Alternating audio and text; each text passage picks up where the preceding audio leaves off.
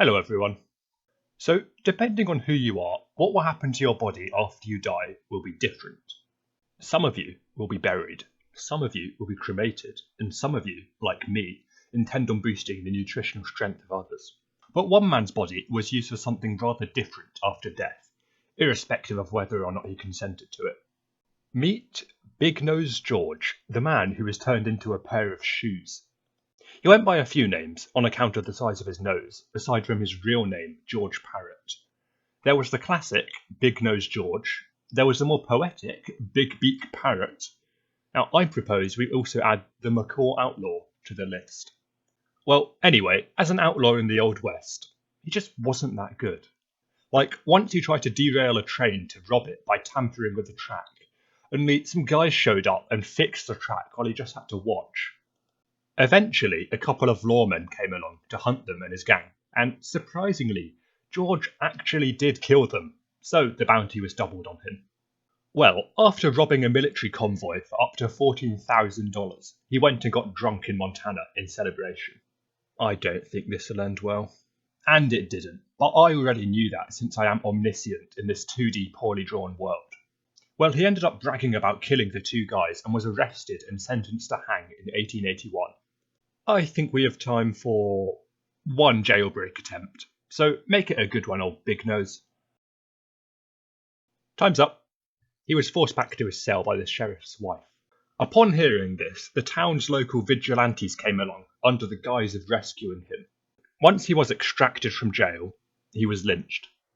Yeah, it was severely botched and took 3 tries, but I don't think we should dwell on it, so you can go and read about it yourself if you so wish. George had no family, so a guy called Dr. Osborne took his body and sawed open his skull. This was back in the days when people thought that criminals had certain splodges on the brain that made them naughty, and, spoiler, they found nothing. Meanwhile, that part of the skull that was sawn off was used as an ashtray and a doorstop for Lillian Heath, who'd become a big-time Wyoming doctor. She was 15 at the time. You know, I think a thing like this is more likely to make you a criminal later in life. Not a grey spot on the brain. Now, onto the reason you're here, at long last.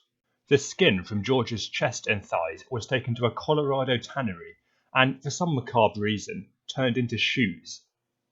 And a medicine bag. At least the second one is thematically relevant. These shoes were given to Osborne, officially making him a skinwalker.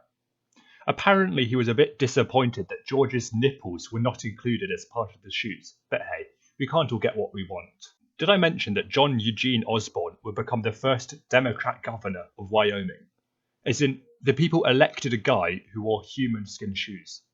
You might be like, but he never actually wore them that much. But 2 things.